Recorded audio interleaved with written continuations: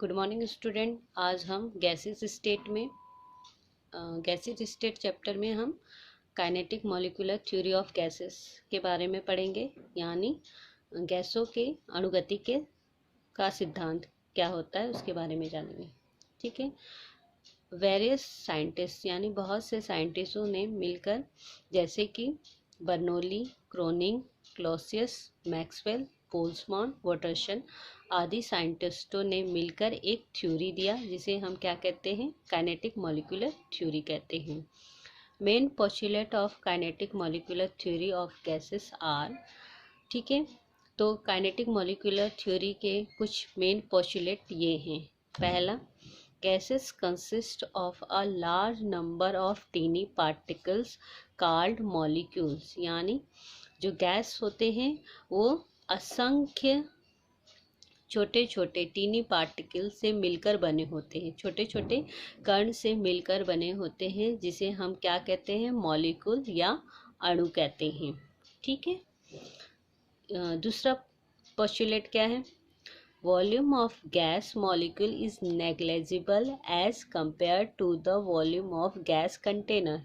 जो gas molecule का volume होता है वो नेग्लेजिबल होता है as compare to gas container, यानी जिस भी कंटेनर या वेसल में हमने गैस फिल की है उसका वॉल्यूम गैस के एक्चुअली वॉल्यूम से क्या होता है, एक्चुअल वॉल्यूम क्या होता है, नेग्लेजिबल होता है। ठीक है, क्योंकि हमें पता है गैस का वॉल्यूम हम लोग क्या लेते हैं, जिस भी कंटेनर या वेसल में हम लोग गैस को फिल करते हैं तो उसी के वॉल्यूम को ही हम लोग गैस का वॉल्यूम मानते हैं। ठीक है, तो अगर हम लोग गैस के मॉलिक्यूल का वॉल्यूम लेते हैं तो उसके कंपेयर में गैस का मॉलिक्यूल क्या होता है, नेग्लेजिबल होता है, यानी नगण्य होता है। ठीक है, क्योंकि हमें पता है कि गैस के मॉलिक्यूल्स क्या होते हैं, बहुत ही दूर दूर दूर दूर रहते हैं। किसी भी कंटेनर में हम लोग गैस को फिल करते हैं तो वो पूरी जगह पे फैल जाता है, लेकिन वो क्या होते हैं, उसके बीच में बहुत से फ्री स्पेस या खाली स्पेस होते हैं।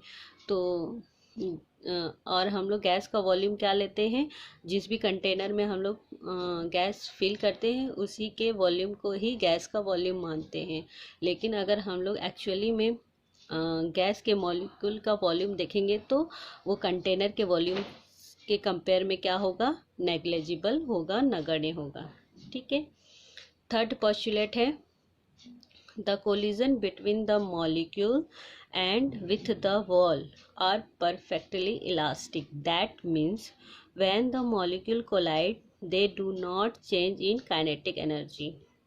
यानी the collision यानी जब मॉलिक्यूल जब एक दूसरे से टकराते हैं या कंटेनर की वॉल से टकराते हैं तो ये दोनों ही टक्कर क्या होते हैं, परफेक्टली इलास्टिक होते हैं, यानी पूरी तरह से इलास्टिक होते हैं। इसका क्या मतलब होता है कि कोलिजन के बाद भी उसके काइनेटिक एनर्जी यानी गतिज ऊर्जा में चेंज नहीं होता।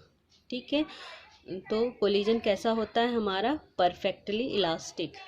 ठीक है, जो अणु होते हैं, गैस के मॉलिक्यूल्स होते हैं, वो क्या होते हैं, आपस में भी टकराते हैं और जिस भी वेसल में हम लोग गैस को फिल करते हैं उसके वॉल से भी टकराते हैं। तो ये दोनों तरह के टक्कर कैसे होते हैं, परफेक्टली इलास्टिक होते हैं, यानी उसकी काइनेटिक एनर्जी यानी कोलिजन से पहले जितनी काइनेटिक एनर्जी होती है उतना कोलिजन के बाद भी उसकी काइनेटिक एनर्जी होती है, यानी उसमें काइनेटिक एनर्जी में चेंज नहीं होता। ठीक है, तो हमारा ये थर्ड पोस्टुलेट हो गया। फोर्थ पोस्टुलेट है, gaseous molecule are in a state of constant rapid motion in all possible direction in random way। यानी जो गैस के मॉलिक्यूल होते हैं सभी संभव दिशाओं में, ठीक है, all possible डायरेक्शन यानी सभी संभव दिशाओं में रैपिड मोशन करते हैं, यानी हमेशा गतिशील होते हैं। ठीक है।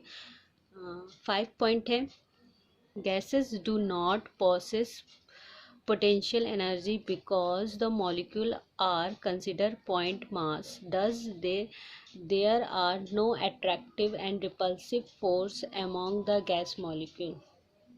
ठीक है, यानी हम लोग जो गैस के मॉलिक्यूल होते हैं बहुत ही छोटे छोटे होते हैं, तो हम लोग उसको बिंदु द्रव्यमान मानते हैं। ठीक है, बिंदु के द्रव्यमान मान के चलते हैं। तो यानी जो गैस के मॉलिक्यूल होते हैं उनके बीच ना कोई आकर्षण बल होता है और ना कोई प्रतिकर्षण बल होता है। ठीक है, क्योंकि गैस को हम लोग क्या मान के चले हैं, बहुत ही टीनी पार्टिकल यानी बिंदु की द्रव्यमान मान के चलते हैं। और काइनेटिक गैस इक्वेशन क्या कहती है, काइनेटिक गैस थ्योरी क्या कहती है कि मॉलिक्यूल्स के बीच ना कोई आकर्षण बल होता है और ना ही कोई प्रतिकर्षण बल होता है।